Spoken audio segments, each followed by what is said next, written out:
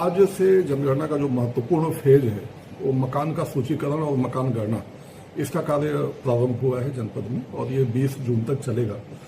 और इसमें हमारे सभी प्रगणक जो भी उनके इनोवेटर्स ब्लॉक हैं वो सभी वहाँ पे ब्लॉक वाइज जाएंगे और सीरियल से एक एक मकान का वहाँ पे लिस्टिंग करेंगे और मकान का नंबर देंगे, मकान को काउंट करेंगे।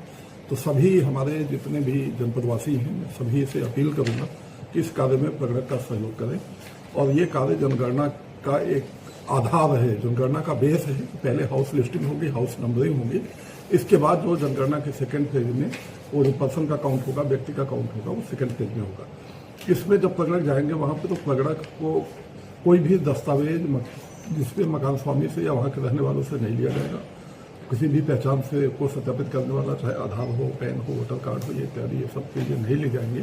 और ये जो कार्य है प्रगणक के द्वारा जाकर हर घर डोर टू डोर जाकर इसको करना होगा। ये देखिए जो टोटल हमारे प्रगणक हैं वो 5360 प्रगणक हैं और इसको सुपरवाइज करने के लिए 850 के अराउंड हमारे सुपरवाइजर्स लगाए गए हैं। और जो हमारे चार्जेज हैं, चार्ज का मतलब ये है कि ग्रामीण क्षेत्र और शहरी क्षेत्र उसमें चार्ज अधिकारी हैं, ये टोटल 15 हैं, जिसमें कि 5 ग्रामीण क्षेत्रों में हमारे तहसीलदार से हैं और इसके बाद नगर पंचायत और नगर पालिकाओं को मिलाकर 12 हमारे अधिशासी अधिकारी हैं और 3 जोन हमारे नगर निगम के हैं, तो वो 3 जोनल ऑफिसर्स नगर निगम के।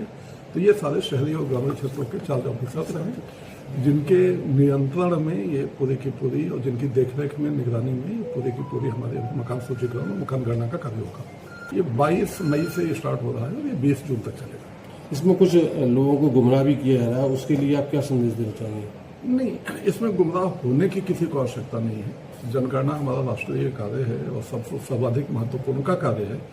और इसमें अभी का जो फेज है वो मात्र मकान के सूचीकरण का और मकान को नंबर देने का कार्य है।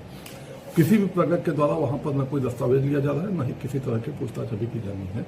तो किसी को भी किसी भी रूप में गुमराह होने की आवश्यकता नहीं है। जब हम एक बार मकान की संख्या हमारी फाइनल हो जाती है, मकान की सूची बन जाएगी, तो उसी के अनुरूप नेक्स्ट फेज में मकान वाइज प्रत्येक मकान में जितने लोग हैं उतने लोगों का नंबर वहां पे डाला जाएगा। और यह भी मुझे स्पष्ट करना है कि जो व्यक्ति जब है जहां पे है उसकी गणना वहीं पर होनी है।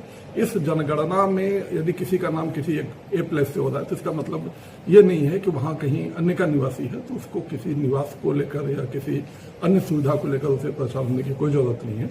जो व्यक्ति इस समय जहां पे हैं वो रियल टाइम जनगणना होती है, तो जो जहां पे है उनकी गणना वहीं पर होगी और एक व्यक्ति की गणना मात्र एक बार ही होती है।